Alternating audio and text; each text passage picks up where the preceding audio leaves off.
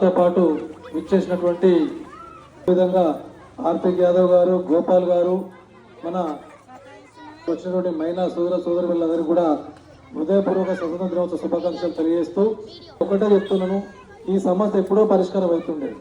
నేను ఒక సంవత్సరం క్రితం చెప్పాను, మీ యొక్క వాటర్ వర్క్స్ నా దగ్గర కొంతమంది పెద్దలు వచ్చారు, కొంతమంది జనాలు వస్తే మీరందరూ రండి, ఖచ్చితంగా దీనికి పర్మనెంట్ సొల్యూషన్ చూపిస్తాం.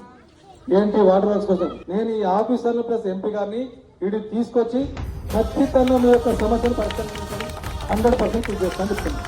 ఎందుకోసమంటే మొన్న ఒక మిత్రుడు వాట్సాప్లో పెట్టాడు, మా బాబు ఆర్తిక్ యాదవ్ చూసి డాడీలో ఆర్జీకేలో వాటర్ ప్రాబ్లం ఉందంటే ఎవరు పట్టించుకుంటలేరట అని చెప్పేసి తన బాధను వెలుసును.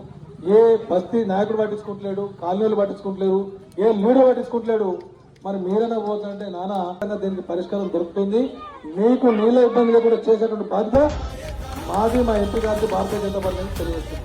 కాబట్టి మీరు దీని చుట్టూ కూడా ప్రహారీ కూడా ఏర్పాటు చేయడం కోసం నా వంతు సహకారం చేస్తానని తెలియజేస్తూ, 2 సమస్యలు ఒకటి ప్రహారీ కూడా, ఈ చెత్త ఉంది రేపు ఇమ్మీడియట్ గా ఇప్పుడే చెప్తాను నేను వాళ్ళకు, ఆ చెత్తను తీసేమని చెప్తాను నేను ఇప్పుడు సంబంధిత అధికారులకు. మరి వాళ్ళకు కూడా నాకు ఆ ఫోటోలు తీసి పంపించండి, పంపిస్తాను డైరెక్ట్ మన జోనల్ కమిషనర్గా పంపిస్తాను నేను, పంపించి అది కూడా తీపించే ప్రయత్నం చేసి, రెండవది కంపౌండ్ వాల్, అదేవిధంగా మీకు ఈ యొక్క వాటర్ సమస్య స్వాస్థ్యంగా అయ్యే విధంగా ప్రయత్నం చేస్తామని చెప్పి తెలియజేస్తూ, ఈ అవకాశం అందరూ కూడా హృదయపూర్వక ధన్యవాదాలు తెలియజేస్తూ, శేఖర్ చేస్తాడు మీరు పోతారని చెప్పేసి. ఓకే రైట్, థ్యాంక్ యూ అమ్మా.